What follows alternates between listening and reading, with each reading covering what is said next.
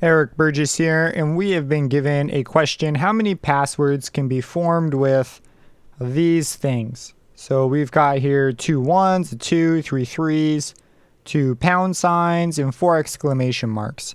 So looking at this, we say, okay, well, by the fundamental counting rule number 2, we know that we would take the number of objects on top and factorial, and then on the bottom, we'd have all the extra little bits. So we'd have like however many we have. So if these all repeating objects, like the first type, we would have here however many there are. If we have repeating objects that are different, again, like if we have 2 sets of repeating, 3 sets of repeating, this would be our formula. And looking at this, we have repeating sets of 1, repeating sets of 3, repeating sets of pound signs, and repeating sets of exclamation marks.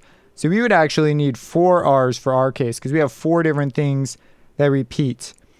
So what we do now is we say, okay, well, let's take our entire thing and just count all the objects. So we have 1, 2, 3, 4, 5, 6, 7, 8, 9, 10, 11, 12. So there are 12 symbols up here. So that's the total number we start with. And if none of them repeated, this would be all the ways we could write them out, right? That would be all the different possibilities, all the different passwords. But some of the passwords will repeat, because if we swap a 3 with a 3, that password will be the same password. And that's no good.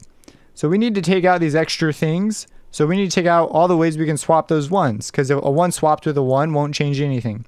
So there's 2 1s, so it's 2 factorial. That's our first R factorial there. There's 3 3s, so if any of those 3s swap with another 3, that's not going to change anything. So we've got 3 of them, so that's going to be 3 factorial. We've got 2 pound signs that have the same problem and 4 exclamation marks that also have that problem. So this expression would be all the ways that we can make passwords. Now, you could type this in individually. You could do a lot of simplifying with multiplication and do that sort of business. I'm going to show you how to do it using a calculator.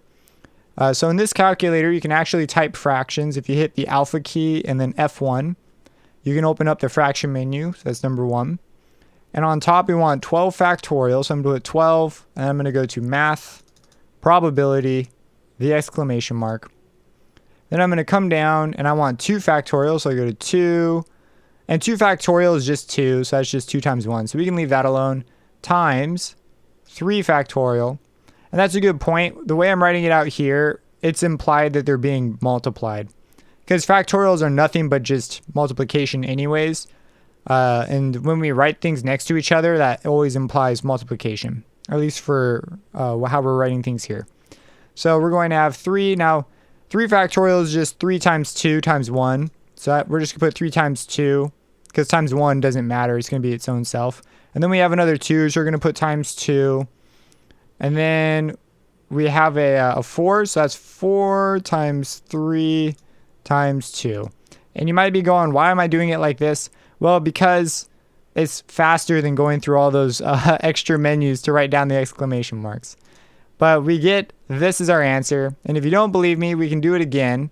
But this time we'll use the factorials just to sort of show you that sometimes this can be a faster way to do things. So maybe you're scared of simplifying out. I would definitely get comfortable with it because you're going to want to use this advantage sometimes.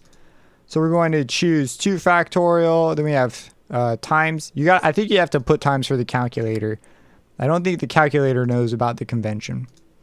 Times 3 times 2 factorial. So we go to math, probability 4 times 4 factorial. 4 math, probability 4. I suppose this can be pretty quick once you get in the habit of it. And we get the same thing, but just to sort of show you that they do work out. And this is all the ways that we can do that. So we have 831,600 ways. And you would box this and say, here's my answer.